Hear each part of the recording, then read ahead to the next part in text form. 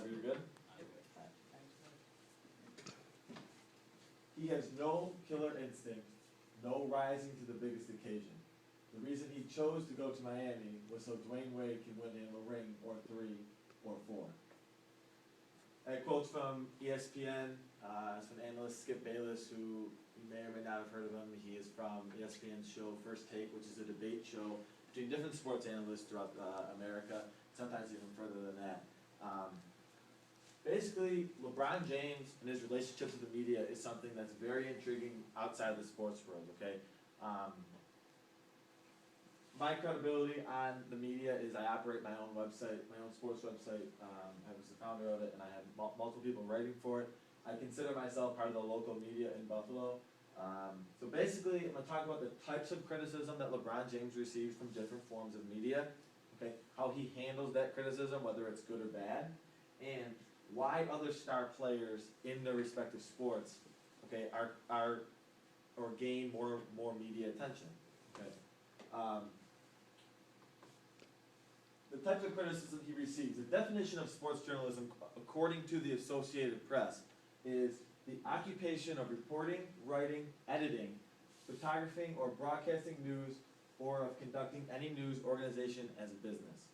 Okay, that's the to-the-book definition. Don't know how much that is followed throughout different sports journalists, but it is, okay? LeBron James's hype and why he gained so much media attention was created when he first came out of high school, okay? He was supposed to be the next Michael Jordan. He was supposed to be the next best thing. He didn't go to college. He was 6'8", 225 pounds when he was in 9th grade. Okay, so there was a lot of hype and media attention on him right when he came out, okay? He has many supporters in the media as well as many critics. Some examples of what people talk about with him throughout the media are his, anything from his actual game of his outside shot, to his mental toughness, to his moving from Cleveland to Miami, to the quote of freak of nature, which is used by many people, including Skip Bayless of ESPN. But more importantly, Michael Jordan, his comparisons to Michael Jordan, okay? This is a quote I got off of TNT.com. It is a broadcast network for most NBA games. It'll start tonight as the NBA season tips off. This is from Charles Barkley, ex-NBA player, now an analyst on TNT, part of the media. He said, "I do think he can be better than Michael Jordan he's referring to. I thought I would never compare somebody to Michael Jordan, but this guy, LeBron James, he does everything well. Michael did everything well. LeBron James is just bigger, stronger, and faster. That's the only difference." Okay. Now, the story was reported by the Associated Press, but the actual quote's from Charles Barkley. Okay. The next thing I'm going to touch upon is how LeBron James can respond to his critics, his tough questions.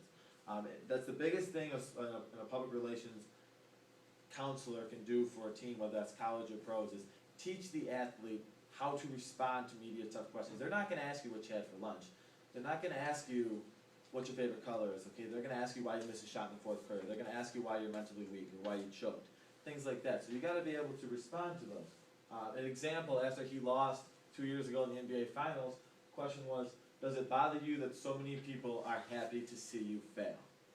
Okay? The easy question would have been, the easy answer would have been, put your head down and say, yeah, screw them, I'm upset. But his answer to that was absolutely not. I pretty much don't listen to what everyone has to say about me or my game. Me as an individual, people can write or say what they want about me. It doesn't weigh on me. There are no distractions that can stop me from trying to chase an NBA championship.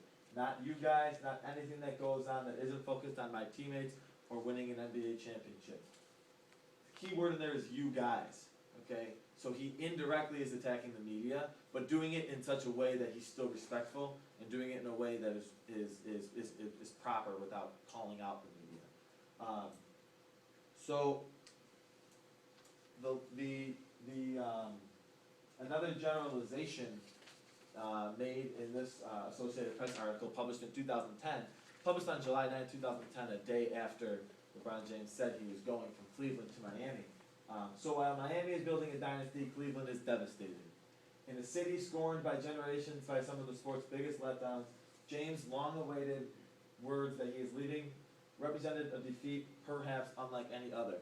This leads me into my last topic of how star athletes in different sports are represented differently and can gain more media attention, okay? He represented more than himself. He represented more than the Cleveland Cavaliers, his own team. This article right here by the Associated Press is implying that he represented an entire city. He let down the entire city of Cleveland by going. Now, whether that's true or false, that's for the reader to understand. But that's what it's trying to. That's what the media is trying to convey to its audience. Okay. Frank DeFord is a sports journalist for SportsIllustrated.com. He's one of the more famous journalists. He's very good at his job.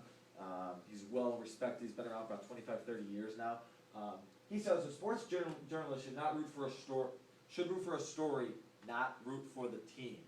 Okay, so the reason why they want star players, it's easier to get a story from star players.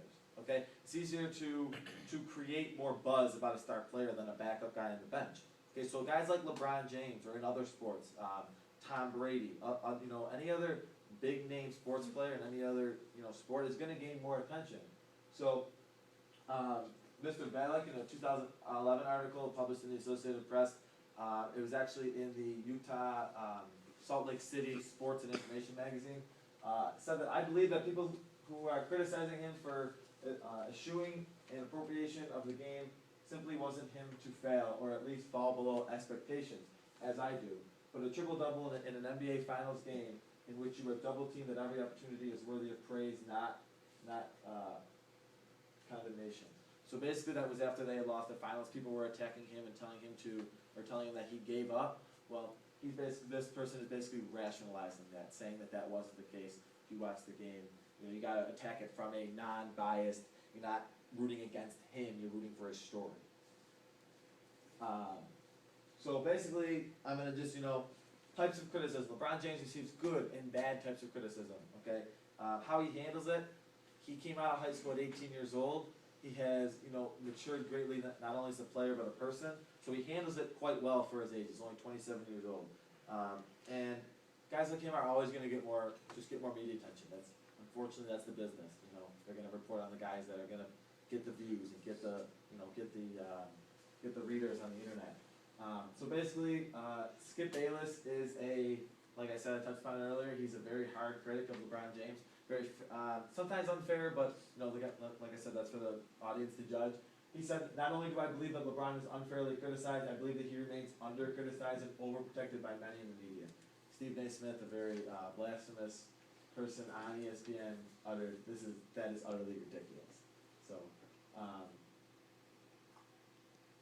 basically, I'm going to just end by saying that the media can try and convey the audience to believe something, but more importantly, they can try and rope an athlete into saying something they don't want to. So indirectly, Michael Wilbon, this was on an episode of SportsCenter, on a segment on Pardon the Interruption. It is a show within SportsCenter on ESPN. He says, I take a day off here and someone else across town or a different city is trying to get better than me. That's what LeBron said. And Michael Wilbon indirectly implying, like someone across the country, possibly 3,000 miles away, Kobe Bryant. LeBron's answer, a simple chuckle.